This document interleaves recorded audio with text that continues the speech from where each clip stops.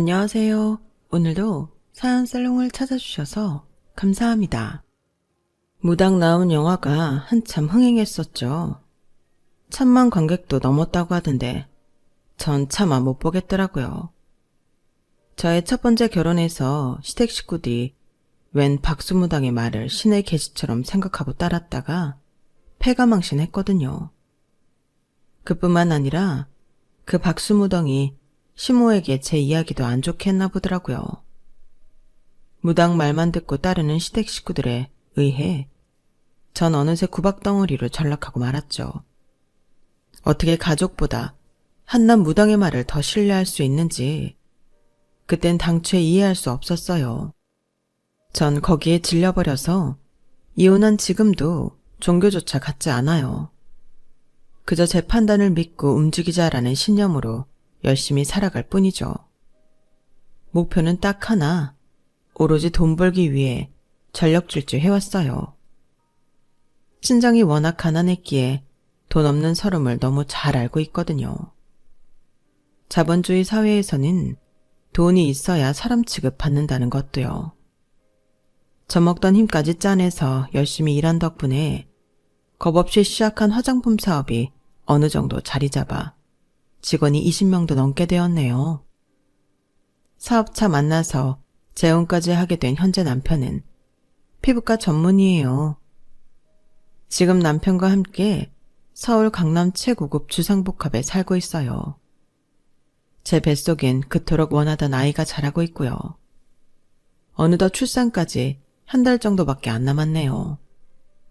아기 방을 꾸미고 아기 용품들을 하나둘씩 준비하며 그 어느 때보다 설레는 나날을 보내고 있답니다. 물론 현재 겉으로는 여유롭고 평온해 보이지만 사업이 잘 굴러가게 하기 위해 갖은 애를 다 쓰고 있죠. 연못 위에 오리를 보면 꼭 절 보는 것 같아요. 물속에 가라앉지 않기 위해 밑에선 쉬지 않고 발버둥을 치고 있거든요. 지금껏 살아온 삶이 녹록지 않기에 열심히 사는 게 아예 몸에 박혀버린 것 같아요.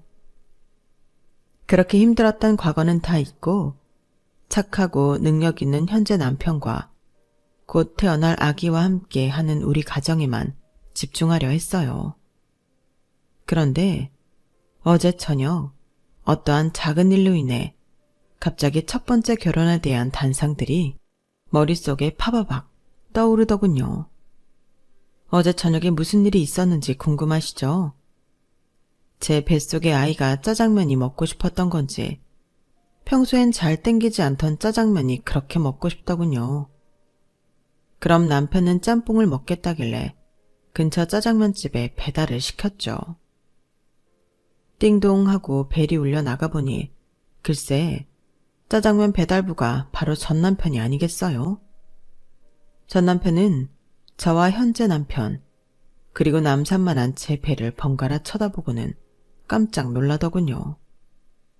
그리고는 제게 이혼 후 시댁 식구들한테 있었던 불행한 일들을 마구 하소연하더라고요. 저도 놀라긴 했지만 현재 남편 앞에서 전 시댁 이야기를 더 이상 듣고 싶지 않아 이제 그만 나가달라고 했죠.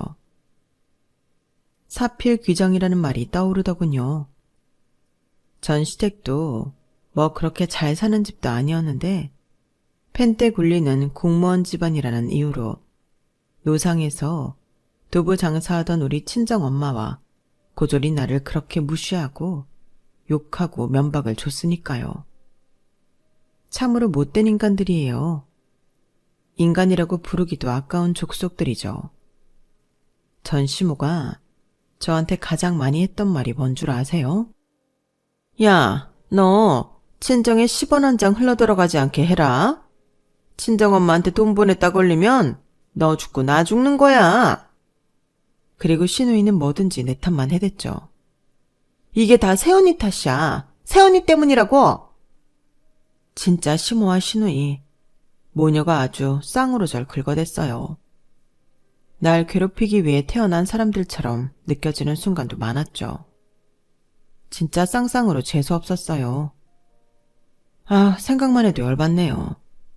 시댁에 질려버린 사람들은 시자 들어가는 시금치도 안 먹는다고 하잖아요.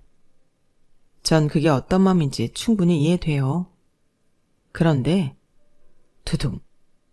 현재 남편과 현재 시댁은 정말 천사가 따로 없네요. 정말 맘 같아선 하루에 12번도 더 절하고 싶어요. 종교는 없지만 그냥 이 세상에 대고 감사드리고 싶어요.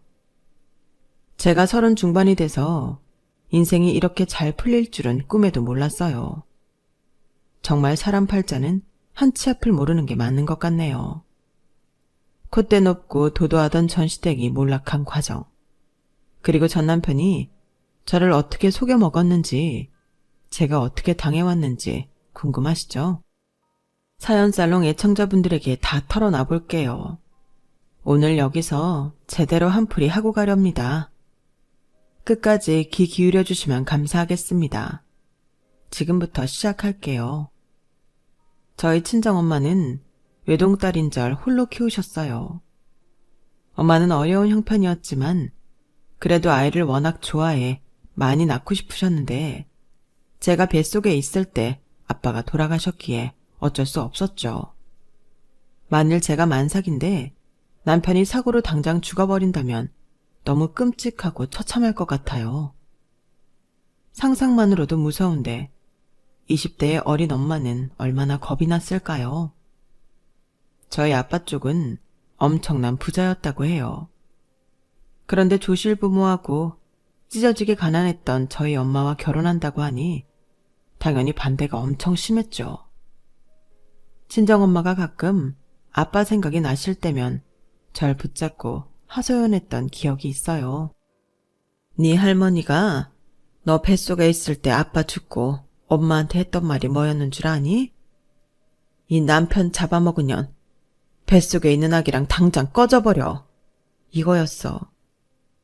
참 모진 양반이었지.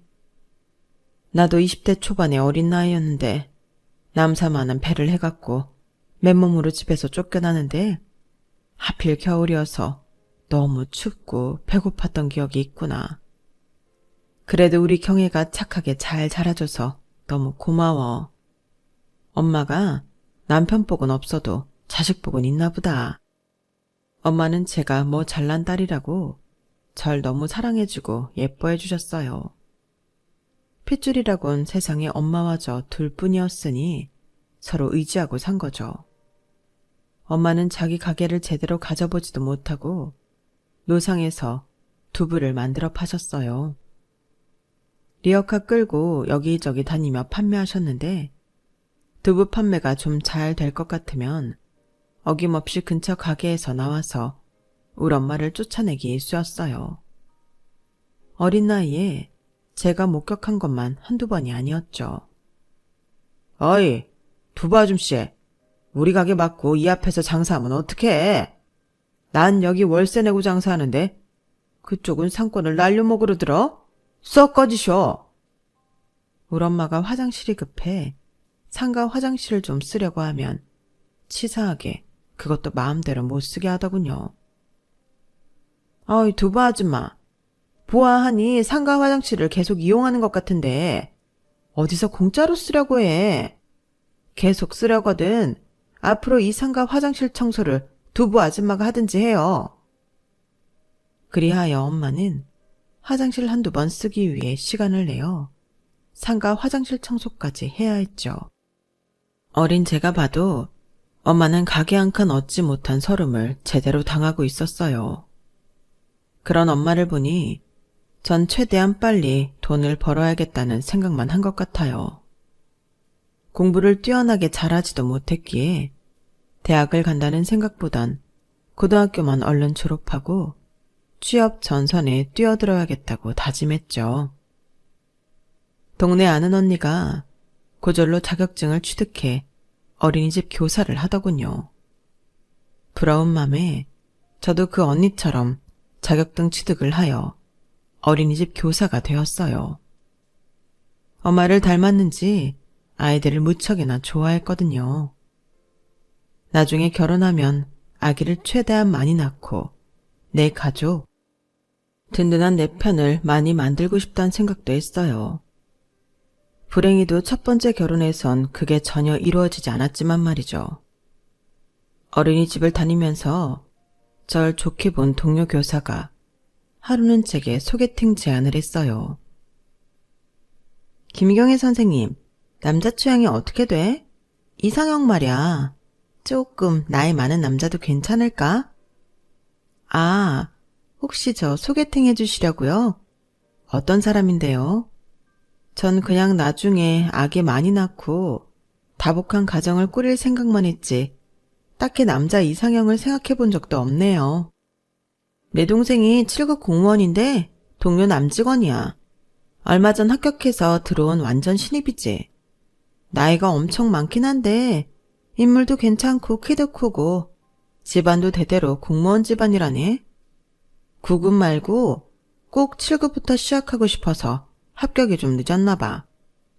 올해 딱 39이라서 내일 모레 40이니 집안에서도 얼른 결혼하라고 그러나 봐. 일단 한번 만나봐. 내가 약속 잡아놓을게. 알았지? 얼떨결에 알았다고는 했지만 제 나이 22살인데 남자가 39이면 무려 17살이나 차이 나니까 좀 부담스럽긴 하더군요. 잘생겨봐야 내일 모레 40인 사람이 얼마나 잘생겼겠나 싶어서 그냥 대충 꾸미고 나갔어요. 그런데 정말 잘생기긴 했더군요. 뿔테 안경을 썼는데 영화 킹스맨의 영국 신사같이 생겼더군요. 전형적인 공무원상이었죠. 그런데 무뚝하게 생길 것과는 다르게 이야기를 나누어 보니 좀 호들갑스럽고 오바스러웠어요. 근데 일단 얼굴이 잘생기니 그런 점도 참 재치있게 느껴지고 마냥 웃음이 나더군요. 남자 얼굴 뜯어먹고 살 거 아니니 전 인물은 딱히 안 본다고 생각했는데 실은 제가 잘생긴 남자를 좋아하긴 했나 봅니다. 어우, 눈부셔. 경혜씨 맞죠? 하얀 원피스를 입으니 마치 하늘에서 내려온 천사 같네요. 아유, 키는 또 왜 이리 크신지. 제가 180인데 힐 신으시니 저와 비슷한 것 같기도 하네요. 긴 생머리에 하얀 피부, 딱 제 스타일인데 저랑 사귀면 우리 선남선녀 커플이란 소리 듣겠어요. 실없이 허허허 웃으며 별소리를 다 하더군요. 그의 칭찬이 싫지만은 않았죠. 제 키가 170이라 여자 키치곤 좀 크긴 하죠. 머리가 긴 건 그냥 미용실 갈 돈 아끼려고 그런 거예요. 아니, 요즘 아가씨 같지 않게 알뜰하기까지 완벽하십니다. 제가 나이가 좀 많지만 오빠라고 생각하고 편하게 대해주세요. 정말 편했어요. 나이 차이가 실감나지 않을 만큼 대화도 잘 통했고요. 노총각이니 결혼이 급했던 그는 우리가 사귀자마자 결혼 얘기를 꺼내며 밀어붙이더군요. 제 나이 22살이었는데 말이죠. 우리 결혼 얘기 나온 김에 엄마랑 한번 만날 약속 잡아보자. 잠깐만 기다려 자기야. 내가 엄마한테 전화해볼게. 저와 데이트 중 남친은 본인 엄마한테 전화를 했고 남친 엄마의 큰 목소리가 저에게까지 다 들리더군요. 아들아, 저번에 말했던 그 고졸 출신 어린이집 선생님인가 뭔가 그 여자 말이냐? 야, 걔가 뭐가 대단한 여자라고 만나냐? 난 솔직히 마음에 안 든다. 네가 나이가 많아서 결혼을 서두르려는 거지? 딱 싫다고. 정 그러거든. 그냥 상견례 자리에서 한번 보고 끝내도록 하자. 끊어라. 남친 엄마가 절 탐탁치 않게 생각하는 게 분명했어요. 걱정스런 맘에 남친한테 물어봤죠. 어머님이 나 싫어하시는구나. 맞지? 내가 고졸인 거에 우리 집이 뭐 잘 살지도 못하고 이러저러한 배경 때문에 며느리로 싫어하시는 거지? 그런데 무슨 결혼이며 상견례야. 오빠, 어머님 허락 받을 자신 있어? 걱정 마. 우리 엄만 아들인 내가 구워 삶으면 돼. 바로 상견례 날짜 잡지 뭐. 장모님께도 잘 말씀드려서 약속 잡자. 그렇게 일사천리로 상견례까지 오게 됐네요. 남친의 부모님이 모두 공무원 출신이라 본인도 공무원의 길밖에 생각하지 않았다고 해요. 아버님은 뇌경색으로 투병하시다가 몇 년 전에 돌아가셨고 어머님도 간병을 위해 퇴직하셔서 지금은 연금 받으며 생활하고 있다고 하네요. 그래도 조부모님의 재력이 약간 있었는지 먹고 사는데 전혀 지장 없을 정도로 중산층 그 이상이었던 것 같아요. 그래서 그런지 예비 시모는 아주 콧대가 하늘을 찌르더군요. 누가 보면 재벌집 사모님인 줄 알겠더라고요. 예비 시모, 예비 시누이와 함께 한 중년의 남자가 들어오더라고요. 얼핏 시모의 남친이라도 되나 싶어서 안녕하세요 아버님 하고 인사해버렸죠. 그랬더니 시모가 날카로운 목소리로 꽥 소리를 지르더군요. 야! 무슨 아버님이야! 제대로 알기나 하고 불러야지. 이분은 용하기로 유명한 박수무당 선생님이시다. 앞으로 무당 선생님이라고 불러. 우리 아들이 가난의 구렁텅이로 제 발로 기어 들어간다는 게 하도 원통하고 분해서 니네 모녀 관상이라도 보려고 모시고 왔다. 이럴 수가. 예전 어느 회사 면접장에 관상가를 대동했다는 소리는 들어봤어도 상견례 자리에 무당을 데리고 오다뇨. 무속신앙에 미친 게 분명했죠. 너무 놀랐지만 저희 친정엄마도 계셨기에 큰 내색은 하지 않고 상견례를 이어갔어요. 저희 친정엄마는 아직 20대 초반인 제가 나이 차이 많은 사람과 결혼한다는 게 마음에 걸리셨나 보더라고요. 안녕하세요 사돈어른. 이렇게 훌륭한 아드님을 보잘것없는 저희 집안 사위로 보내신다는 게 마음에 안 차시겠죠. 그런데 저도 딸아이 엄마로서 이렇게 빨리 시집을 보낸다는 게 참 걸립니다. 한 1, 2년이라도 결혼을 미루는 건 힘드시겠죠? 뭐라고? 아니 시장 바닥에서 두부만 팔다 보니 정신이 어떻게 된 거 아니오? 9급도 아니고 무려 7급 공무원에 합격한 내 훌륭한 아들을 고절 며느리한테 시집 보내는 것도 억울해 미칠 노릇이라고요. 우리 아들이 내일 모레 40인데 결혼을 늦추라니? 모녀가 쌍으로 못 베어먹어서 머리가 돌아가지도 않나? 정말 계속 나 열받게 할 거야? 앞뒤 사정 안 재고 우리 엄마한테 모욕을 주는 시모의 발언에 제가 완전 빡쳐버렸죠. 아니 어머님, 아주 저희 모녀를 싸잡아서 비난하시네요. 나이 많다고 결혼 먼저 밀어붙인 건 어머님 아들인 철수 씨예요. 제가 이 결혼 먼저 하겠다고 바짓가랑이 붙잡은 것도 아닌데 왜 우리 모녀한테 욕을 하고 난리예요.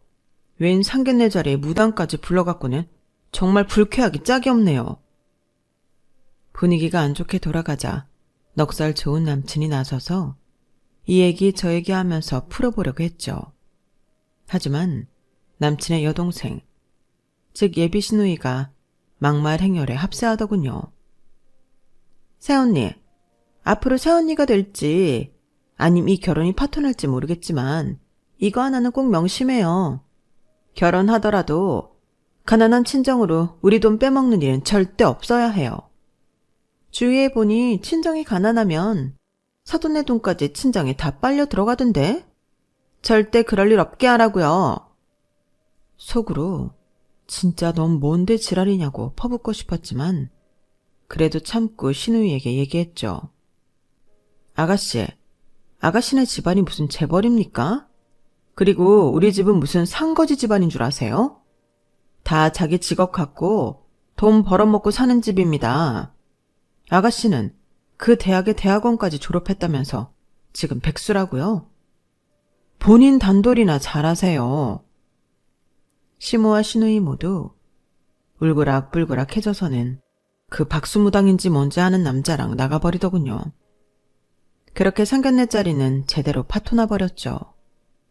친정엄마도 그들의 인상에 혀를 내두르며 말씀하셨어요. 아, 경혜야. 아무래도 이 결혼은 안 되겠다.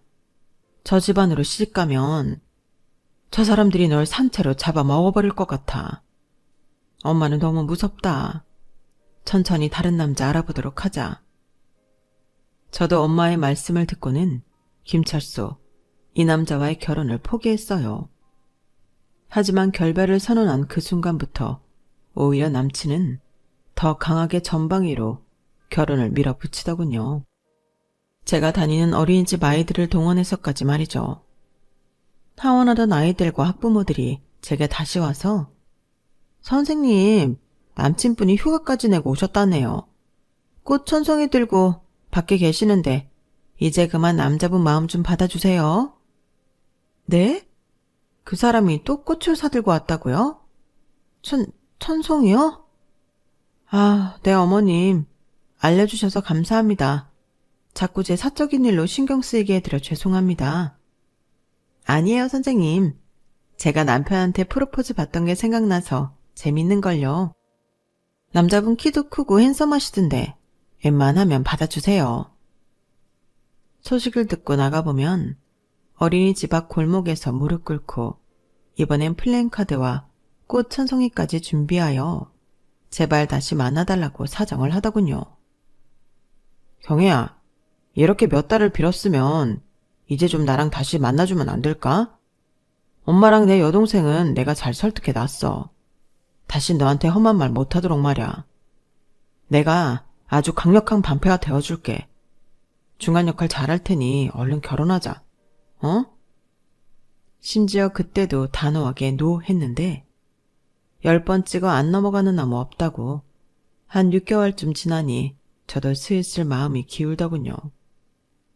제게 이렇게까지 잘해주는 남자가 또 있을까 싶고 방패막이 역할을 잘 해준다던 그의 말을 철석같이 믿고 싶었던 것 같아요. 또 그는 상견례 이후 저처럼 마음을 닫고 있던 저희 친정 엄마에게 진짜 찐으로 정성을 다하더군요. 저의 마음이 흔들리는 것처럼 저희 엄마의 마음이 흔들리는 게 눈에 보였어요. 결국 6개월 만에 저희 모녀는 다시 결혼으로 마음을 굳히게 되고 우리 커플은 결혼식까지 올리게 되었어요. 하지만 사람 성격은 절대 변하지 않는다죠. 시모와 시누이, 이 못같은 모녀들은 절 똑같이 하대하고 얕잡아 보더군요. 심지어 저희 신혼여행에 두 모녀가 따라간다고 하더라고요. 깜짝 놀라 남편한테 따졌죠. 아니, 둘만의 신혼여행에 친구도 아니고 시어머니와 시누이가 따라간다는 게 말이 돼? 길 가는 사람 붙잡고 물어봐. 이게 말이 되는 일인가? 아빠가 투병하다 돌아가시고 엄마랑 내 동생이 여행도 제대로 못 가봐서 이번에 함께 가고 싶었나 봐. 우리 엄마랑 동생이 불쌍하잖아.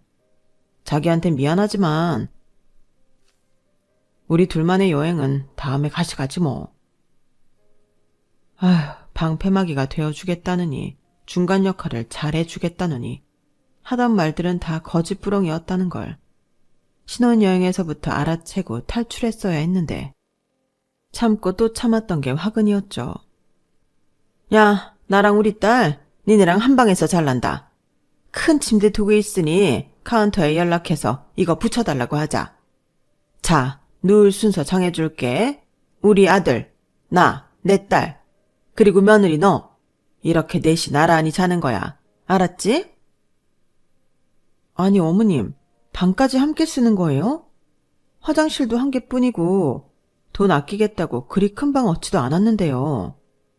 야, 내가 이실 짓고 하마. 우리 무당 선생님께서 니네가 결혼 후 6개월 있다가 애를 가져야 집안에 복이 들어온단다. 니네 부부관계 막으려고 내가 따라온 거야. 그 박수무당의 말을 떠받들어 우리가 부부관계 하는지 안 하는지 신혼여행까지 따라와서 한 침대를 쓰시겠다는 시모가 진짜 역겹더군요. 그 무당이 죽으라면 진짜 죽는 신용까지 할 태세였죠. 그렇게 말도 안 되는 신혼여행을 보내고 조그만 전셋집이지만 남편 명의 신혼집에서 결혼 생활을 시작하게 되었어요. 그런데 시모와 시누이가 하루에도 몇 차례씩 전화해서 절 못살게 굴더군요. 어린이집 교사로 일하는 중에도 말이죠. 야, 너 그리 대단한 일 하는 것도 아닌데 바쁜 척 하지 말고 잘 들어라. 무당 선생님께서 그러시는데 네가 번 돈이라도 네 친정엄마한테 흘러들어가는 순간 니네 부부의 복이 같이 새어나간다더라. 단 1원 한 푼 친정으로 붙이지 말라고 말씀하셨어. 내가 니네 통장 잔고까지 매달 확인할 거야. 친정엄마 거지라고 네가 돈 한 푼 보태줬다간 너 죽고 나 죽고 하는 거야. 알았냐? 아니 어머님, 우리 엄마도 멀쩡히 두부 장사 잘하고 계시고 저축도 꽤 하고 계세요. 조그맣지만 집도 장만했고요. 왜 우리 엄마가 거지예요? 말씀이 너무 심하신 거 아니에요? 맨날 전화해서 바쁜 사람 붙잡고 그런 얘기는 하고 있을 거면 앞으로 어머님 전화 안 받을 거예요. 무당 선생님인지 뭔지 그 아저씨 말만 맹신하지 마시라고요. 시모의 전화를 신경질적으로 끊어버렸어요. 하도 귀에 못이 박히게 들어서 딱지가 앉을 지경이었거든요. 그리도 무시당하니 좀 서러웠어요. 우리 친정이 부자였다면 이렇게까지 날 무시하지 못할 텐데. 하지만 이런 생각을 한 자체가 친정엄마한테 미안했죠. 절 임신한 상태로 아빠 돌아가시고 여자 혼자 몸으로 자식 키우며 집 한 칸 마련할 정도로 열심히 일하셨으니까요. 1.5룸이지만 아주 조그만 집을 마련한 엄마는 너무 기뻐하셨어요. 하지만 자가 마련의 기쁨도 잠시, 같이 노점상을 하던 상인으로부터 크게 상의를 당했다는 소식을 듣게 됩니다. 명절날 시댁에서 개처럼 일하고 있는데 엄마로부터 전화가 걸려왔어요. 너무 다급하고 떨리는 엄마 목소리에 저까지 가슴이 내려앉더군요. 엄마, 무슨 일이에요? 흥분하지 말고 말씀해보세요. 강혜야, 엄마 리어카 옆에서 건어물 팔던 김씨 아줌마 알지? 그 아줌마가 내 명의를 잠깐만 빌려주면 석 달간 1,000만 원을 준다기에 그 말만 믿고 인감이랑 다 넘겼는데 나한테 몇 억 빚을 남기고 도망가 버렸다. 이 일을 어떡하니? 자꾸 무슨 서류가 날아오고 하는데 무서워 죽겠어. 내 피 같은 돈, 내 집 다 날리게 생겼다. 두려움에 덜덜 떨던 엄마를 일단 안심시켜야 했어요. 엄마, 내가 바로 가서 해결해 드릴게요. 너무 걱정 마세요. 살 길이 있겠죠. 변호사 상담도 받아보고 해서 잃은 돈 찾아내면 돼요. 너무 걱정 마세요. 엄마 당뇨 때문에 가뜩이나 몸도 안 좋은데 스트레스 받지 마시고요. 네? 엄마를 좀 안정시켜드리고 전화를 끊자 옆에서 엿듣고 있던 시모와 신우가 뱁새 눈을 하고 내게 퍼붓더군요. 야, 네가 뭔 돈이 있다고 사기쳐 맞은 니네 엄마 일을 수습해주겠다는 거야? 설마 내 아들 돈까지 다 끌어다가 니네 엄마 해결해주겠다는 건 아니지? 내가 돈은 똑바로 뜨고 있을 거야. 돈 주나 안 주나? 저도 너무 다급했기에 자존심 내세울 입장이 아니었죠. 어머님, 이런 부탁 안 드리고 싶지만 지금 저희 친정 상황이 너무 안 좋은 것 같아요. 몇 억이 필요하긴 한데 집 팔고 뭐 하면 얼추 해결될 것도 같아요. 근데 당장 5,000만 원 정도 급하게 필요한데 혹시 어머님께서 잠깐만 빌려주시면 안 될까요? 제가 직장 다니니 내년까진 꼭 갚을 수 있어요. 엄마 집 팔고 예금도 다 해지하고 저와 남편이 모은 돈과 제 이름으로 신용대출까지 받아도 돈 5천이 부족했어요. 더 이상 대출 받을 길도 없어서 자존심 굽히고 시모한테 사정했죠. 친정 엄마를 살리고 봐야 했으니까요. 하지만 택도 없었어요. 옆에 있던 시누이까지 합세하여 난리치더군요. 이것 봐, 이것 봐. 엄마, 내가 뭐라고 했어? 이런 가난뱅이를 며느리로 들이면 반드시 우리 집 돈이 들어갈 거라고 했지? 멍청하니까 이런 사기도 당하지. 새언니네 엄마도 참. 두부장수하면서 팔이 날릴 시간에 책 한 권이라도 읽어 써봐. 이런 사단이 나겠냐고. 이래서 사람은 배워야 한다니깐. 백수 신우의 모욕적인 말에 화가 났지만 대꾸할 힘도 없었어요. 머릿속엔 친정엄마 걱정뿐이었죠. 당뇨가 심했던 엄마는 스트레스를 받으니 점점 더 말라서 피골이 상접해 있더군요. 해골이 따로 없었죠. 엄마, 좀 드셔야죠. 그깟 돈이 뭐라고 밥도 물도 안 드시면 어떡해요? 이러다 엄마 죽으면 난 어떻게 살라고? 나한텐 엄마뿐이야. 그거 알잖아. 멍청하고 못난 애미 때문에 우리 딸내미가 고생이 많구나. 미안하다, 우리 딸. 그게 엄마의 마지막 모습, 마지막 대화가 될 줄은 꿈에도 몰랐어요. 건강 좀 챙기시라고 엄마를 다그치고는 집으로 왔는데 하루 뒤 119로부터 연락이 오더군요. 구급차를 타고 병원에 모시고는 왔지만 심장마비로 쓰러지셔서 이미 자택에서 돌아가신 상태였다고요. 난 어떻게 살아가지? 내게 가족은 우리 엄마뿐인데. 그땐 결혼한 지 이미 몇 년 지난 터라 신혼 초 내게 너무나 헌신적이었던 남편도 변할 대로 변한 상태였어요. 우리 부부 사이는 무척이나 건조했죠. 그래서 더더욱 친정엄마한테 기대고 안기고 싶었는데 이 세상에 단 하나뿐인 내 핏줄이 사라지다니 하늘이 무너져 내리는 것 같더군요. 장례식을 치르며 시모에게 연락을 했어요. 그랬더니 시모의 발언은 참 가관이었죠. 아이고야, 니네 엄마 참 가지가지한다. 돈까지 홀라당 다 까먹더니 심장마비로 죽었다고?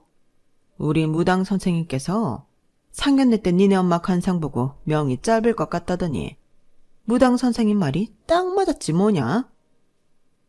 전 더 이상 잃을 것도 없다고 생각하여 끓어오르는 분노를 다 내뱉어버렸어요. 지금 뭐라고 했어요? 뚫린 입이라고 짓거리면 다인 줄 아나. 돌아가신 분한테 그게 할 말이에요? 어머니는 그놈의 무당 선생님이 죽으라면 죽을 거예요? 그러다 패가망신하지 말고 정신 차려요. 잔뜩 삐친 시모는 우리 엄마 장례식에 코빼기도 안 비치더군요. 시누이도 마찬가지였고요. 남보다 못한 족속들이었죠. 그들은 주말이면 본인들의 굳은 일을 떠넘기려 절 부르곤 했어요. 시댁의 대청소며 명절, 제사 음식을 100% 저 혼자 준비하게 했고 심지어 시누이 방 청소까지 시키더군요. 시누이는 지 몸만 씻고 맨날 클럽이며 나이트에 놀러 다녔고 방 정리는 하나도 안 했어요. 생리대가 붙은 팬티와 바지까지 허물처럼 뒤집어 벗어놓은 걸 보고 구역질이 날 정도였어요. 너무 더러운 여자였죠. 시모는 그런 청소를 시키는 와중에도 제게 잔소리를 퍼부었어요. 너 결혼한 지 벌써 몇 년이 지났는데 왜 애가 안 생기냐? 그거 다 여자 문제다. 네 자궁이 애 생기기에 안 좋은 조건이니까 애가 안 들어서는 거야. 너 때문에 내가 무당 선생님한테 몇 천만 원짜리 굿을 꼭 해야겠니? 아, 병원이라도 다니면서 노력해봐. 저도 30이 가까워질수록 난임이 계속되자 슬슬 걱정이 되더군요. 인공수정이나 시험관 시술이라도 해봐야 하나 싶어서 병원을 알아보기도 했죠. 남편한테 같이 가자고 설득했어요. 자기야, 어머님도 그러시고 나도 아기가 안 생기는 게 너무 걱정돼. 우리 같이 난임병원 다니면서 시술해보자. 요즘엔 정부 지원도 좀 많이 된다네. 뭐? 난 자연주의로 아주 내추럴하게 아기 낳고 싶어. 그렇게 억지로 갖고 싶진 않아. 그건 당신 생각이고 우리가 결혼한 지 벌써 7, 8년이 됐는데 안 생기니까 그렇지. 자기 너무 이기적인 거 아니야? 아우, 됐어. 그런 얘기 때려쳐. 공무원 생활도 힘들어 미치겠구만. 너까지 스트레스 주냐? 남편은 난임병원이며 시술 얘기가 나올 때마다 말도 못 꺼내게 제 입을 막더군요. 그렇게 허송세월을 보내고 있었죠. 그즈음 갑자기 시누이가 아주 돈 많은 미국 교포를 잡았다며 갑자기 결혼하겠다는 거 아니겠어요? 시모는 자기 딸 대박났다며 자랑하기 바빴죠. 야, 우리 딸 봤지? 얘가 미스 코리아처럼 예쁘니까 시집도 이렇게 부잣집으로 가는 것 봐라. 대학원까지 보낸 보람이 있다니까. 신우이는 진짜 부자 남편을 얻었는지 서울과 미국 2번에 걸쳐 호화로운 호텔 결혼식을 치르고는 미국으로 건너갔어요. 심지어 결혼 3달 만에 임신했다고 연락이 오더군요. 시모는 또 가만히 있는 절 쥐잡듯이 잡았죠. 야, 우리 딸 임신했단다. 우리 딸은 결혼하자마자 이렇게 임신도 바로 하는데 결혼한 지 7, 8년이 되어가는 너는 왜 아직도 애를 못 갖고 빌빌대냐? 진짜 복 없는 년 같으니라고. 우리 아들 애 없이 늙어 죽게 할 판이냐? 아휴, 무당 선생님한테 또 몇 천 들어서 굿이라도 한 판 해야 하나. 으휴, 저 화상. 시모의 다른 공격은 다 받아치겠으나 난입으로 모욕 주는 건 제가 할 말이 없더군요. 남편한테 하소연할 따름이었죠. 자기야, 대체 왜 난임병원에 안 가겠다는 거야? 말 좀 해봐. 다른 사람 다 아는 시험관이며 인공수정이며 뭐든 시도해 봐야 할 거 아냐. 왜? 병원 가는 게 창피해? 말 좀 해봐. 아이씨, 그만 좀 닥달해. 사실대로 말해줄까? 나 고자다. 무정자증이라고. 남편의 고자 발언에 전 얼어붙고 말았어요. 당신, 그가 병원 가기 싫어서 그냥 하는 말이지? 핑계일 뿐이지? 어?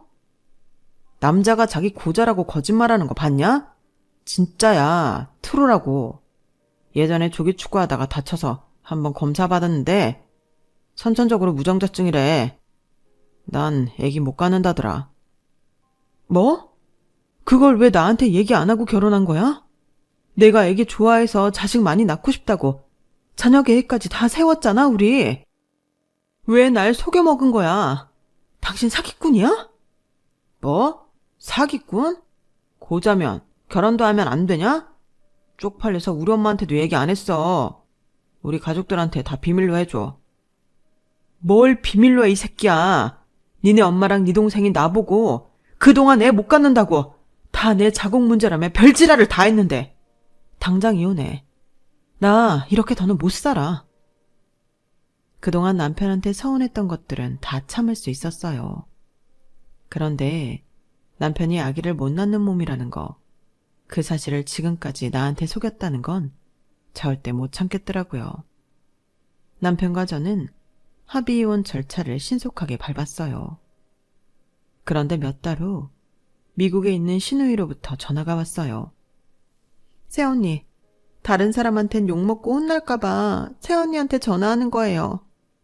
방금 미국에서 아기 낳았는데 글쎄 흑인 혼혈이 태어난 거 있죠. 내 남편이랑 시댁 식구들 다 난리 났어요. 병원에서 태어나자마자 신혼집에서 나가래요. 미국 가서 딱 한 번 클럽 가서 원나잇 한 게 전부인데 바로 임신될 줄은 꿈에도 몰랐어요. 나 어떡해요, 언니. 신우이가 자기 엄마인 시모에게 연락 안 하고 왜 나한테 전화했는지 도무지 알 수 없었지만 통화 내용을 듣자 하니 쌤통이더군요. 나도 그쪽 오빠랑 이혼 절차 밟는 중이니까 더 이상 나한테 그런 더러운 얘기까지 꺼내지 말아줄래요? 원나잇상 내가 어쨌든 고자인 걸 나한테 속여온 당신 오빠보다 낫네요. 알아서 잘 처리하세요. 끊어요. 대학원까지 나와놓고 일할 생각은 안 하고 맨날 클럽, 나이트를 쳐다니던 신우의 말로가 우스웠어요. 어쨌든 제 이혼 사실을 알게 된 시모가 제게 전화, 문자, 톡으로 욕폭탄을 날리며 어쩌고 저쩌고 했지만 다 차단해버렸어요. 그리고 이혼이 완료되니 감옥에서 해방된 것 같이 몸이 가뿐하고 기쁘더군요. 드디어 다시 혼자가 됐다. 해방이다. 아주 조그만 오피스텔을 얻어 제 미래를 다시 설계했어요. 오랜 결혼 생활 끝에 이혼을 했어도 아직 30밖에 안 됐기에 앞날이 창창하며 뭐든지 할 수 있다고 스스로 세뇌시켰죠. 어린이집 교사 생활을 하며 남는 시간에는 새로운 사업을 구상해봤어요.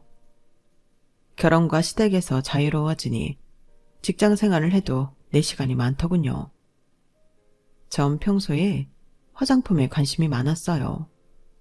기초, 색조 둘 다 말이죠. 창업에 필요한 돈을 대출받을 수 있는 정책을 알아보고 최대한 돈을 지원받아 조그맣게 사업을 시작해보았죠. 어느 정도 비전이 보이자 어린이집 교사를 완전히 그만두고 사업에 올인했어요. 세상에 나 혼자뿐이니 그 누구의 간섭도 받지 않고 내 재능과 열정을 다 펼칠 수 있었던 것 같아요. 생각지도 못했던 마스크팩에서 먼저 팍 인기가 터졌고 그 후로 잘 지워지지 않고 선명한 색상의 립스틱 쪽에서 매출이 팍 터지더군요. 아무래도 화장품이다 보니 하나씩 출시할 때마다 피부과 전문의의 자문이 꼭 필요했어요. 병원 한 곳을 지정해 피부과 선생님께 열심히 브리핑해가며 자문을 부탁드렸죠. 안 그래도 바쁜 피부과 전문의에게 하도 많이 연락과 부탁을 하니 어느 날은 그 의사가 제게 그러더군요. 대표님, 이번에는 자문료 얼마 주실 거예요? 제가 진료 보는 것보다 어쩔 때는 자문에 할애하는 시간이 더 많네요. 자문료를 좀 인상해 주셨으면 합니다만. 죄송합니다, 선생님. 제가 너무 귀찮게 해드렸죠. 원하시는 비용 있으면 말씀해 주세요. 원하는 게 있긴 하죠. 대표님, 저번에 돌싱이라고 하셨죠? 저도 마찬가지예요. 돌싱끼리 한번 만나보면 어떨까요?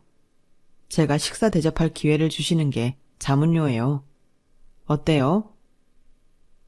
전 남편과의 연애 때 느껴봤던 심쿵하던 감정이 되살아나는 듯 했어요. 피부과 전문의의 말에 또다시 가슴이 콩닥콩닥 거리더군요. 저와 같은 돌싱이라는 말에 뭔가 안심이 되기도 했어요. 개인 피부과를 운영 중인 40대 돌싱남 최진석. 이 남자와 식사를 하며 이런저런 얘기를 들을 수 있었어요. 이 남자는 전 부인의 너무 큰 씀씀이 탓에 결혼한 지 6개월 만에 이혼할 수밖에 없었다고 해요. 의사가 재벌인 줄 알았는지 와이프가 쓴 카드값이 한 달에 1,500만 원씩 나오는데 카드 돌려막기 하다가 빵 터지고 말았다고 하네요. 그거 다 갚아주는 조건으로 전 부인은 맨몸으로 집을 나갔다고 하고요. 그의 고해성사 같던 고백에 저도 첫 번째 결혼에서의 일을 다 털어놓았죠. 그렇게 우린 이혼의 공감대 속에 사귀고 재혼까지 하게 되었어요. 서로 아이가 없었기에 조금은 수월한 결정이었던 것 같아요. 그쪽 시댁 어른들은 절 참 예뻐해 주셨어요. 아마도 제가 하는 사업이 잘 되는 편이라 그런 줄도 모르죠. 피부과 의사인 현재 남편보다 제 수입이 더 좋으니까요. 두 분 다 흑수저 출신인 시부모님들께서는 제가 살아온 이야기를 듣고 우시기까지 하더군요. 마음으로 제 인생을 공감해 주시는 것 같아서 감사했죠. 며느리야, 너희 둘 인생에 간섭은 하지 않을게. 다만 우리는 이제 가족이니 언제든 힘든 일이 있으면 와서 기대도 좋다. 나한테 우리 아들요 그래도 좋아. 그리고 무엇보다 건강이 최고다. 돈은 생활비 정도만 있으면 되지 않겠니? 그저 건강 챙기고 행복하게 살면 그게 최고인 거다. 너희가 재혼 커플이지만 아이를 낳고 싶다면 내가 최대한 도와줄 테니 갖도록 하고 그것 또한 너희 부부가 알아서 결정하도록 해라. 이렇게 훌륭한 시부모님들이라니 혹시 연기하시는 게 아닐까 하며 괜히 의심했던 제가 뻘쭘해질 정도로 결혼 후에도 변함없이 제게 너무 잘해주셨어요. 부모님이 안 계신 저는 시모와 시부를 엄마 아빠라고 부르며 잘 따르고 있답니다. 이렇게 마음이 편해서인지 남편과 재혼하자마자 임신이 바로 되었어요. 40대의 남편도 아이를 많이 낳고 싶었다며 적어도 셋 정도는 낳자고 하더군요. 하루는 저녁에 갑자기 짜장면이 땡겨서 짜장면과 짬뽕을 시키기로 했죠. 띵동 하고 벨이 울려서 남편이 후다닥 신발장으로 향하고 제가 뒤따라 나갔는데 들어오는 짜장면 배달부의 정체에 놀라 자빠지는 줄 알았네요. 당신 투잡 뛰는 거야? 왜 짜장면 배달을 해? 짜장면 배달부의 정체는 바로 전 남편이었어요. 현 남편도 상황을 파악했는지 어버어버하며 뒤로 한 걸음 빠지더군요.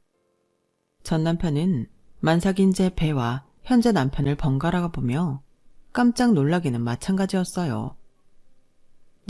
여기서 살아? 강남 고급 부자 아파트에서 말야? 벌써 재혼했어? 부자 남자 잡았나 보네. 에휴, 자기랑 이혼하고 어떤 일이 있었냐면 말야. 남편은 제게 속사포처럼 그동안의 일들을 쏟아놓더군요. 우리 엄마는 그놈의 박수무당인지 뭔지 그 사기꾼 새끼가 좋은 투자처가 있다고 해서 집까지 팔아 전 재산 다 넘겼다가 그 무당 새끼가 잠적해버렸어. 완전히 무일푼이 돼서 우리 집에서 나랑 같이 살다가 갑자기 코로나에 걸려서 한 달 만에 돌아가시고 말았지.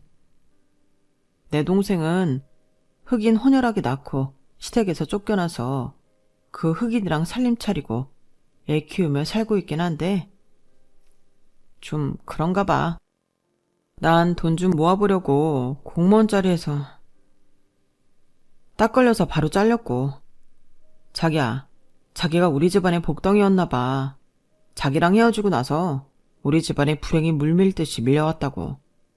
나랑 다시 결혼해주면 안 될까? 뭔 말도 안 되는 소리야. 지금 나 만삭인 거 안 보여? 난 그 후로 화장품 사업 시작했는데 꽤 잘 되고 있다고. 내 남편도 피부과 의사로 잘 나가고 있고 말야. 너랑 니네 가족들한테 당한 모욕이 얼만데 또 너랑 엮이란 말이야? 바보 같은 소리 말고 당장 꺼져. 자, 여기 짜장면값 현금으로 줄 테니 잔돈은 팁으로 받고 얼른 나가. 전 지갑에서 10,000원짜리 5장을 꺼내서 전 남편을 향해 뿌려버렸어요. 전 남편은 바보마냥 엉엉 울며 짜장면 값을 주어서 나가더군요. 마음 같아선 전 남편을 향해 쌍욕을 하며 더 질러주고 싶었으나 현재 남편과 뱃속의 아이를 위해 참고 또 참았죠. 전 남편이 나가고 제가 손을 바들바들 떨고 있자 현재 남편이 절 위로해 주더군요. 걱정 마 자기야. 이제 우린 꽃길만 걸을 거야. 자기나 나나 과거 일은 모두 잊고 새 출발하자. 곧 태어날 우리 아기를 위해서라도 말이야. 남편의 말대로 마음을 다잡고는 짜장면 짬뽕을 우저구적 먹으며 현재의 행복을 즐겼어요. 전 지금까지 처절할 정도로 열심히 살았으니 이런 행복을 누릴 자격이 있다고 생각하며 말이죠. 아이가 태어나는 날이 가까워질수록 친정엄마가 참 그리워지는 요즘입니다. 모쪼록 건강하게 출산할 수 있도록 여러분들께서 기원해 주시면 감사하겠습니다. 저도 여러분의 행복을 빌겠습니다. 여러분, 사연 댓글에 응원과 현명한 조언 부탁드려요. 좋아요와 구독은 저에게 큰 힘이 됩니다. 오늘도 좋은 일 가득하세요.